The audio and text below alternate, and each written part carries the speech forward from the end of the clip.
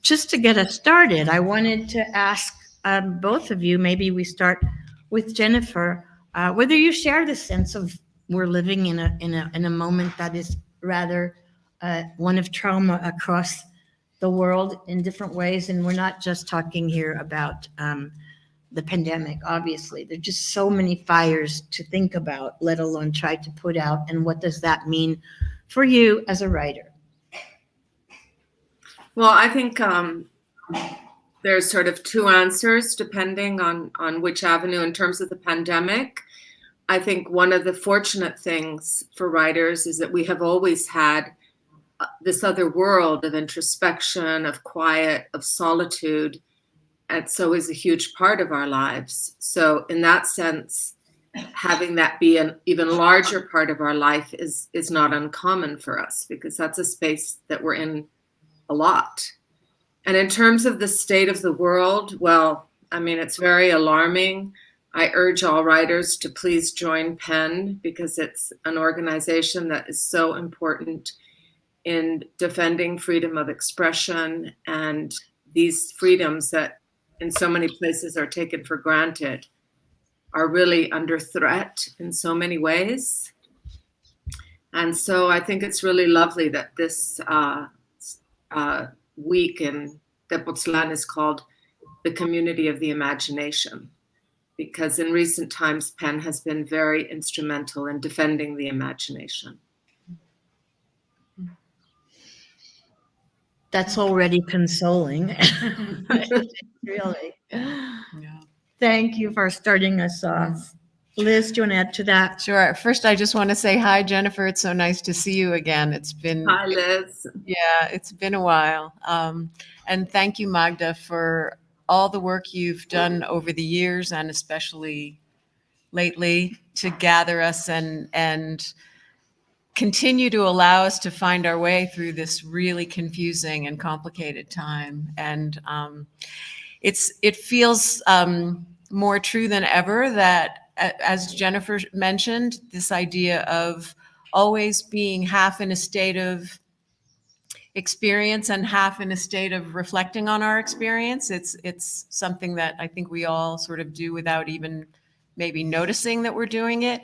I think now maybe we're more self-conscious that we're doing it. That's one characteristic I at least notice in myself, that I'm more aware of the collision between the moment in which I'm writing and the things I'm trying to write about. And they just, I think it's like a luxury to think of them as separate. It doesn't feel like I have that luxury right now, that everything I'm doing, thinking about, feeling, writing about seems influenced by, impacted by my lived experience in this moment. And so I keep on getting tangled up in,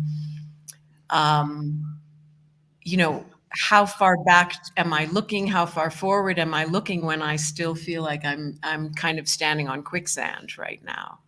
So I think that, I also think about that maybe now over referenced line about Anais Nin in one of her diaries said, writers get to live everything twice.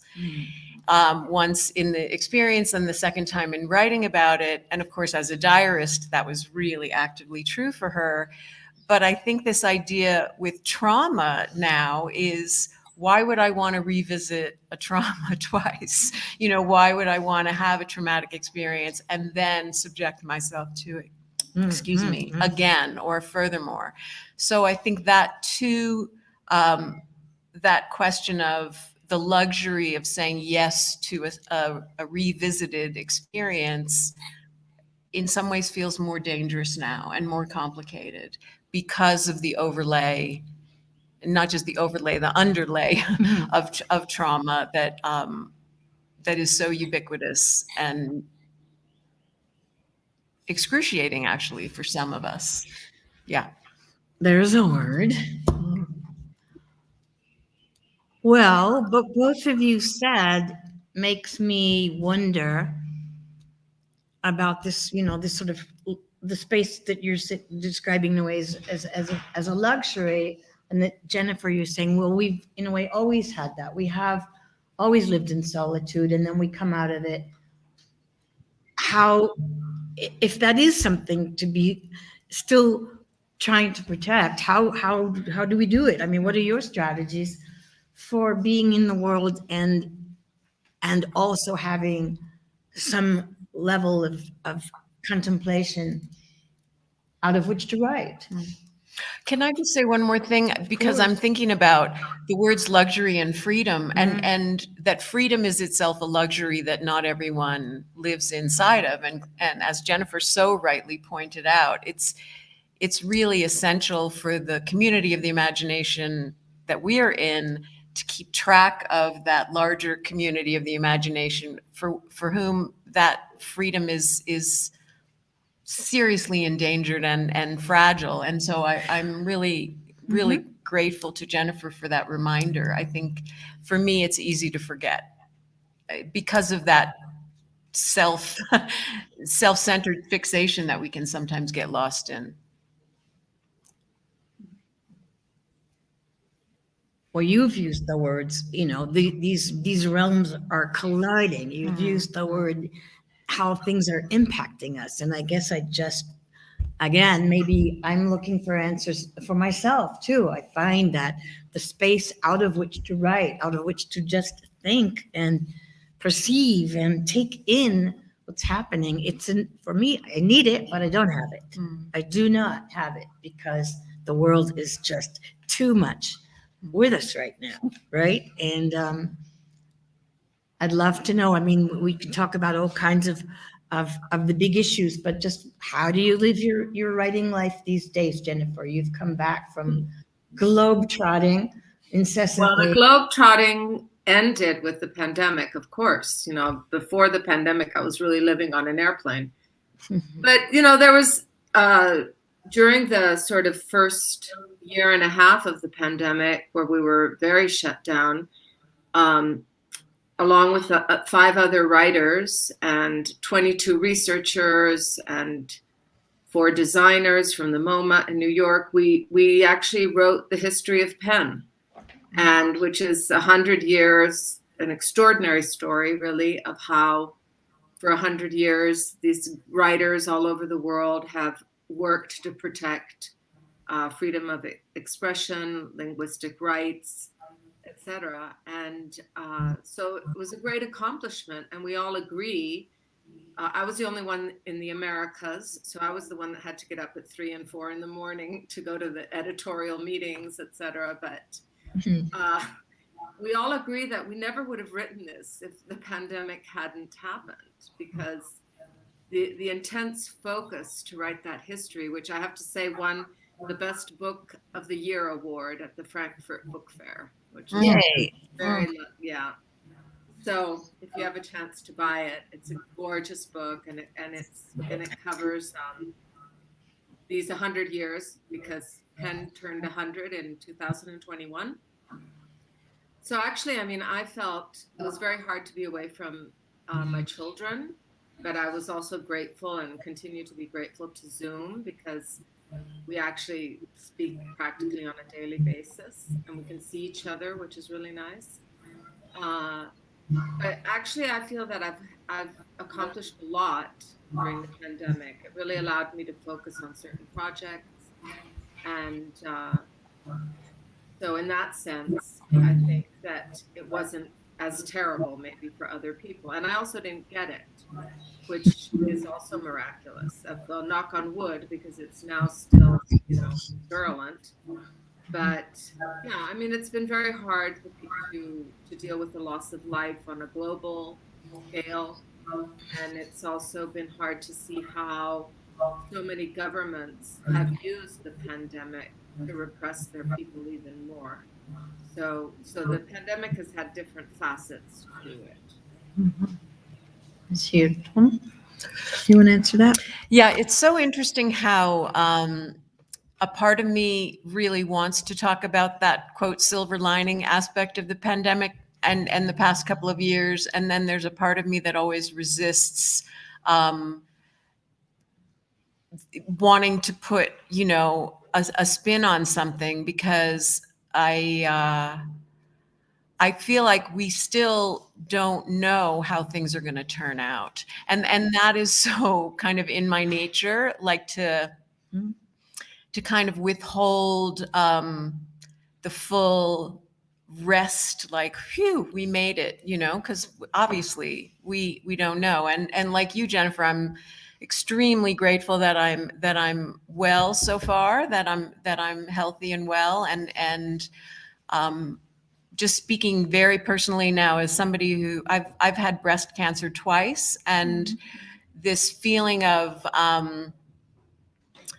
wanting to believe that the worst is already behind me, but knowing that, life also comes and gets you again, can come and get you again, that I have learned from my experiences with cancer, that when I wake up in the morning grateful to not be in pain, for example, really it's one of my first thoughts to even say the words thank you, to acknowledge the incredible blessing of just not being in physical pain, or not having to undergo some wickedly awful treatment. So I think the way that colors my experience as a writer and as a teacher is to keep on practicing that balance between gratitude and trepidation, that those just live side by side in me. And fortunately, the gratitude practices are more and more deliberate and conscious, and the trepidation is more like first thought, automatic, kind of lizard brain location. And then I get to sort of not replace it exactly, but follow it with a secondary space of relief. And now I'm noticing we have this great musical accompaniment on our program. Oh, do we? Yeah. I can screen out anything. My ears are Oh, always wow. tuned to the background and the foreground. And so the silver lining aspect that Jennifer was talking about, the being forced to create more stillness and to stay put, for those of us who travel a lot for our work, as I do as well, this feeling of being grounded, which, normally is like, oh, the plane's been grounded, that's not a good thing, or the pilot's been grounded. But, oh, being grounded, how can I welcome that as a blessing and a reprieve? And then to really, to just keep feeling what's under my feet. I mentioned quicksand before, so sometimes that's what I feel, but to remember that actually the old sort of crisis, equals opportunity kind of aspect of the moment does help for me. It's not my first thought, it's my second. Yeah.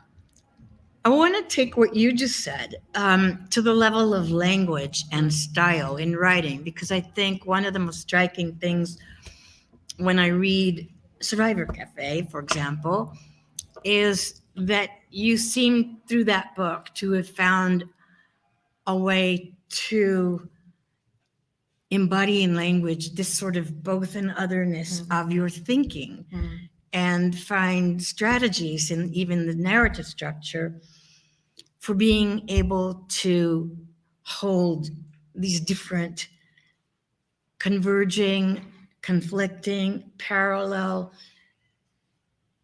distant realities that everyone deals with. But I think that not everyone, maybe, and I'm talking not within the world of writing, but just in general, it's difficult for people with the bombardment of solutions and information and fast narratives that we get to enter the sort of world that you have created for thinking through things that are really complicated.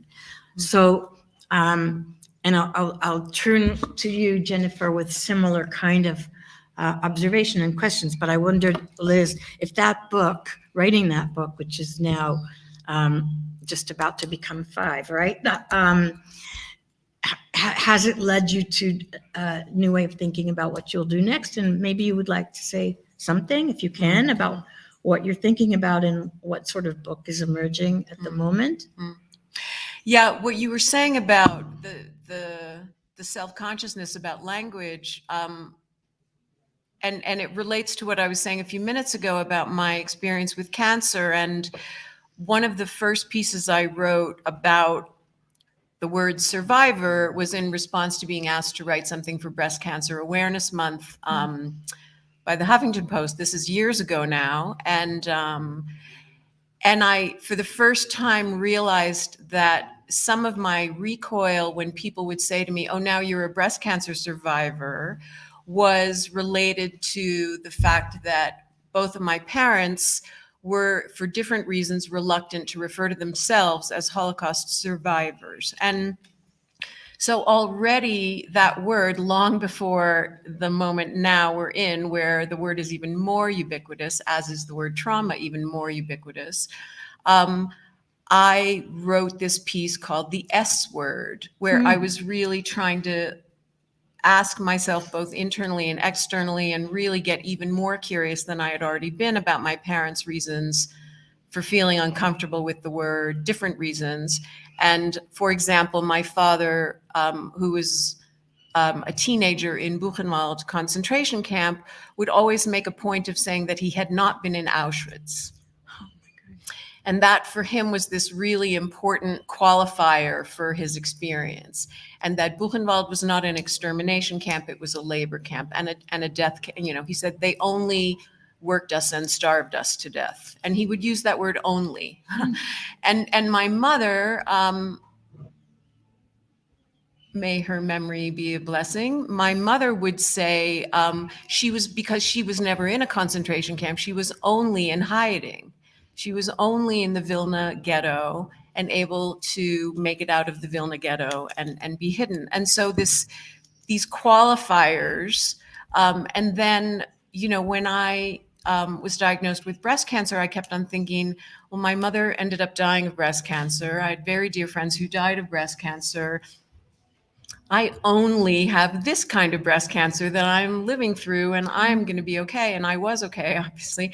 And this idea that that survivorship needs to be measured according to the worst versions of what people have endured. And I'm sort of going on too long about this right now, but how it relates to language is I was really not comfortable with this single word referring to this vast territory of experience.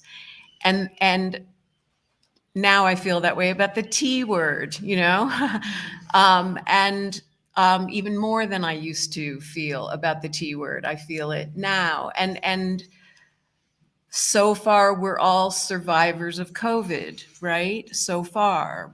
But people with long COVID are different from people who haven't had COVID. People, you know, and then so I feel like this investigation of language feels really essential to me in terms of my identity and also in terms of my life as a writer and my ability to allow for so much nuance and texture. That I'm not a speculative fiction writer. I haven't gone down that road yet, but this idea that I understand the impulse to build an entirely new world, because it's like wanting to build a new vocabulary. So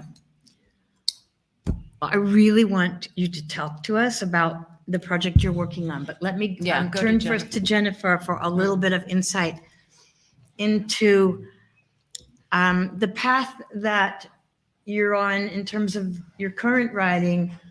I think it was a surprise maybe to you yourself. I'm not sure, but I feel like we had that conversation once that you went from poetry to fiction. Maybe that's not the case, but certainly the narrative voice of the young girl in Prayers for the Stolen seems kindred with the young girl who narrates Gun Love. And I just wonder, where has that taken you as a writer, Jennifer? Well, yeah, I mean, you said it at the opening of this that both Liz and I write poetry. In my case, I always wrote poetry ever since I was a little girl. And I was sort of the most surprised of anyone that I could write plot and I could write character and all of that. So, but the truth is, in terms of language, it's a prose that's very close to poetry. I'm always coming in through the door of poetry, and certainly in Gun Love, there's even I even was able through poetry, through language, to make the guns speak. So the guns actually can speak at a certain point about their crimes. So, definitely I would say that's true of my fiction. That's close to poetry. Where are you now? Can you say anything? Would you like to say anything about what you're Yeah, right writing? now I'm writing the memoir of my childhood. Mm. So we'll see. Which will probably say is a poetic memoir, I expect. Yeah, it Mm. is. Yes. Yes. Okay. Hmm. Liz, what are you working on? So the project I'm working on now is a book about listening, and listening in as broadly defined terms as I can manage. Obviously, the one we do with our ears, our actual ears. There's the interior form of listening where we're tracking, and that goes back to the beginning of this conversation, the self-conscious tracking of the moment of where am I now, what am I obsessed with, what am I frightened of, what am I longing for, the inner listening about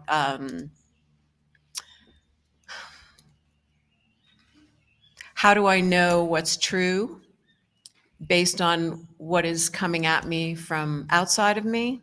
And then, I grew up in a multilingual family. I'm really interested in the multilingual brain. I'm really interested in interspecies communication, the ability for humans to listen, which is relatively recent, actually. Only since the 1970s did we really hear whales singing to one another. Well, at least in the white Western version of listening. I think a lot of ancient and tribal communities knew that whales were singing to one another. There's a whole notion that when Homer was writing about the sirens singing, that was based on whale song, because you can hear whale song with just your ears underwater. You don't need equipment. You don't need, which was an epiphany for me, that I thought you needed a recording studio basically to capture that. Whale song is actually something we can hear with our own ears underwater.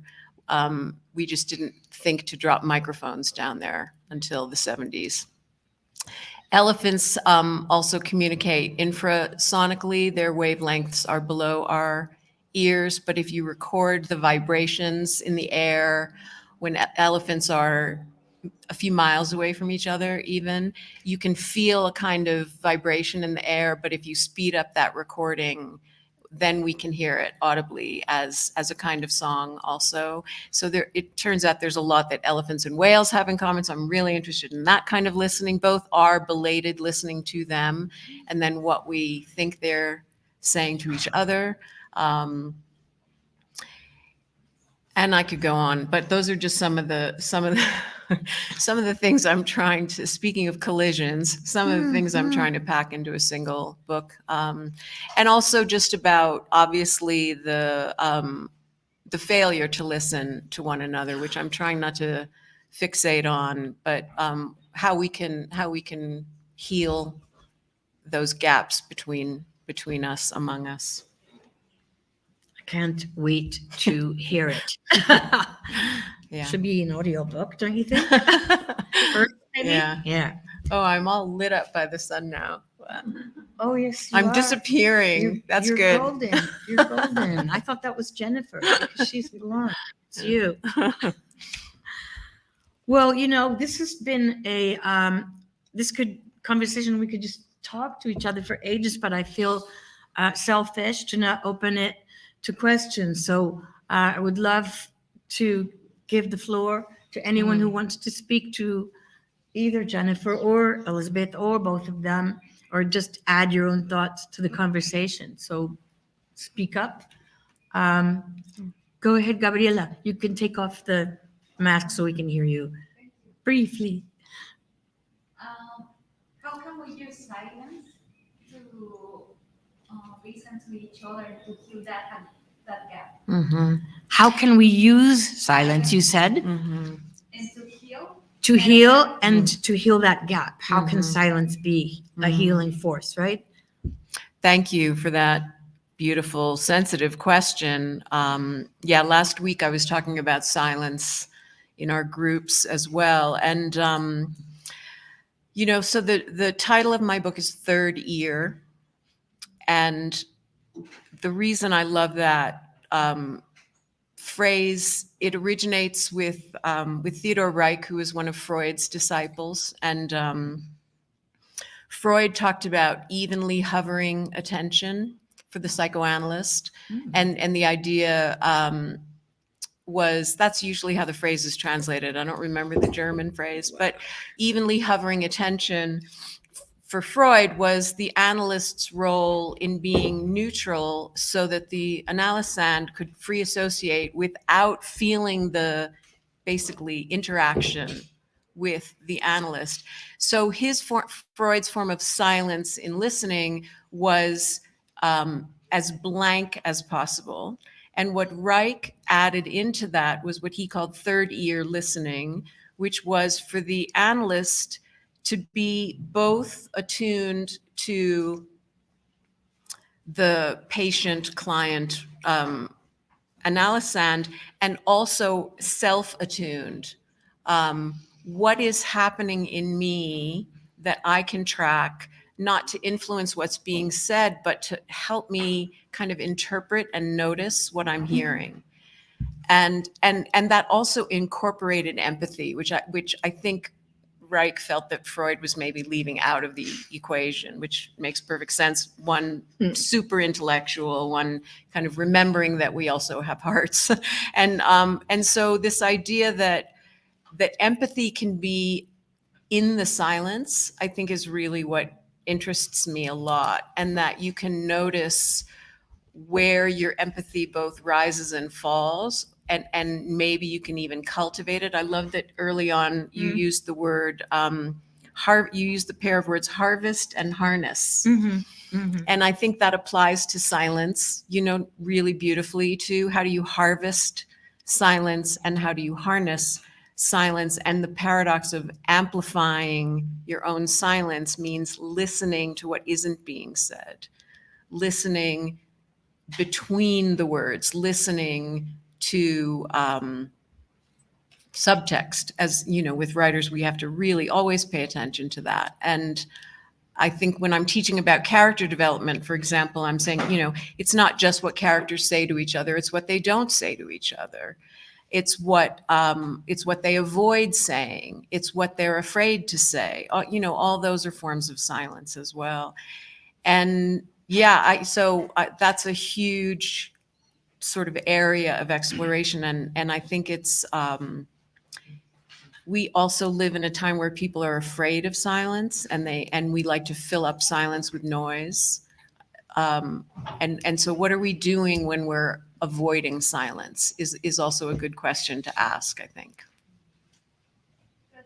Thank you. Gracias a ti. Such a good question. Such a good question, because it also applies in journalism, where you're coming from at this moment, where you want to not assume, where you want to ask a question and leave space for someone who's talking, not cut them off. And just, it's so fascinating. We did an interview last April with a guy who's a very sublime interviewer. If some of you heard that, Adam Biles, who we Zoomed with at the Shakespeare bookstore in Paris. And he talked about how one of the most interesting things he's discovered interviewing writers is that there's sort of, you ask a question And sometimes the person doesn't answer right away. And not to repeat the question, just hold the silence, even if it's 30 seconds. Mm. And then that person will say something else. And that's maybe where you really get what you were looking for. And I think with writing, there's something rather similar. You know, you write. There's also that moment where you need to just say, wait a minute. Even there can be silence on a page, right? Mm. Gaps. Mm. So I don't know. I am quite at the moment enthralled with that idea of not having continuous flow, but being able to say, this happens, space. Mm. This happens, and not necessarily try to make meticulous Mm. connections. I don't know if that's anything that resonates with I you. want to ask Jennifer. Jennifer about that Uh-huh. because I'm thinking too about, you know, when you're in the world of pen and you don't know, for example, if silence somewhere means somebody's being forbidden to speak, if someone's being prevented from speaking, or if they're not ready yet or something like that. Like how do you decode silence when there's a lot of political fraughtness around it? Well, it's a complex question, the original question and now this second question.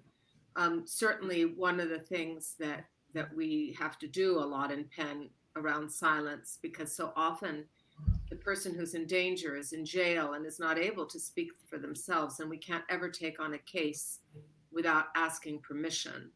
Everybody's always like, why haven't you taken this case, or why haven't you taken that case? And the truth is that sometimes taking a case can place the writer or the writer's family in greater danger. So often we have to try and interpret if the silence wants to be responded to or not by speaking to the family members or to the lawyers. But then to go back to outside of pen, one thing is that we're actually never in silence because of our heartbeat.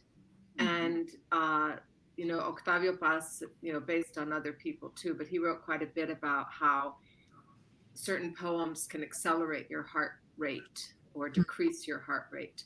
But a recent study, which I don't have in front of me here, but I could send Magda the link, about they've just discovered that people listening to the same story, their hearts go into sync.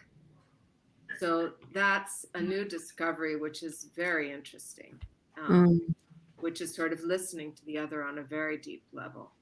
So that's a new study.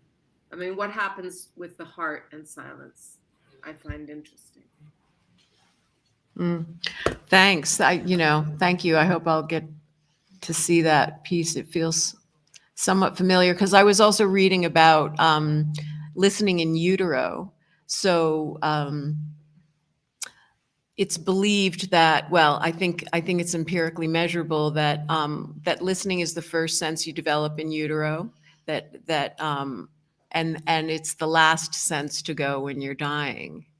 So this idea that listening is so fully bookending our existence is also so compelling. And this idea that we have these ancient practices of syncing up like that with hearts is why poetry as the most ancient of forms makes perfect sense. It's how you connect and how you we used the word consolation a week ago. It's how you console each other too. And so the soothing of a shared heartbeat, also goes back to something really primal for us, both in utero and I guess at birth. One of the reasons they must put infants on the mother's, not just breast, but chest, Right, as on the quickly as heart. possible. Yeah. Yeah.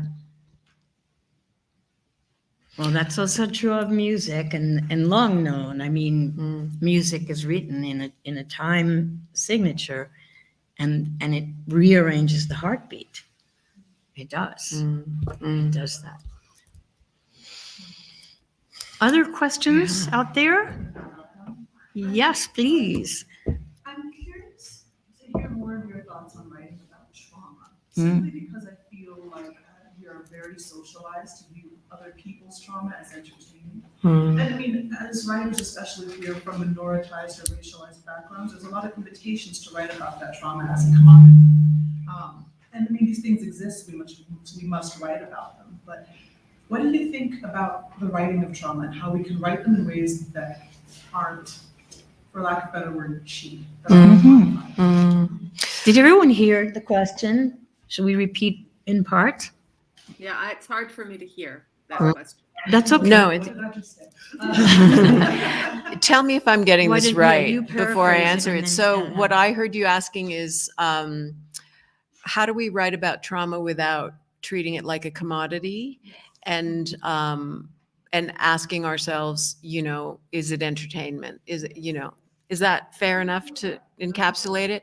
So it's a great and really important question. And speaking of urgency, a lot of people feeling a sense of urgency about investigating their experience and then getting confused about who it's for. And normally I'm not a fan of thinking so much about my audience in the earliest stages of a piece of writing, or maybe even in the middle stages. I delay that as much as I can. But I think in this case, to continually ask myself, who am I in service to? And I know that sounds a little woo-woo maybe. Sometimes I borrow language that I don't love either, but service, again, is one of those overused words at the moment. But I think it's really like, am I honoring the truth of my own experience? And if I let go of thinking about who it's for and really just trust that it's my job to be true to the experience, I think that takes the commodity aspect of it away. For me, it does, because then I'm really only in service to the truth. I'm not in service to the product. And, I think some people who are being urged to disclose more than they're comfortable with, for example, because, well, you owe us more detail, or you shouldn't be afraid of being seen, or we can't understand you if you don't divulge more.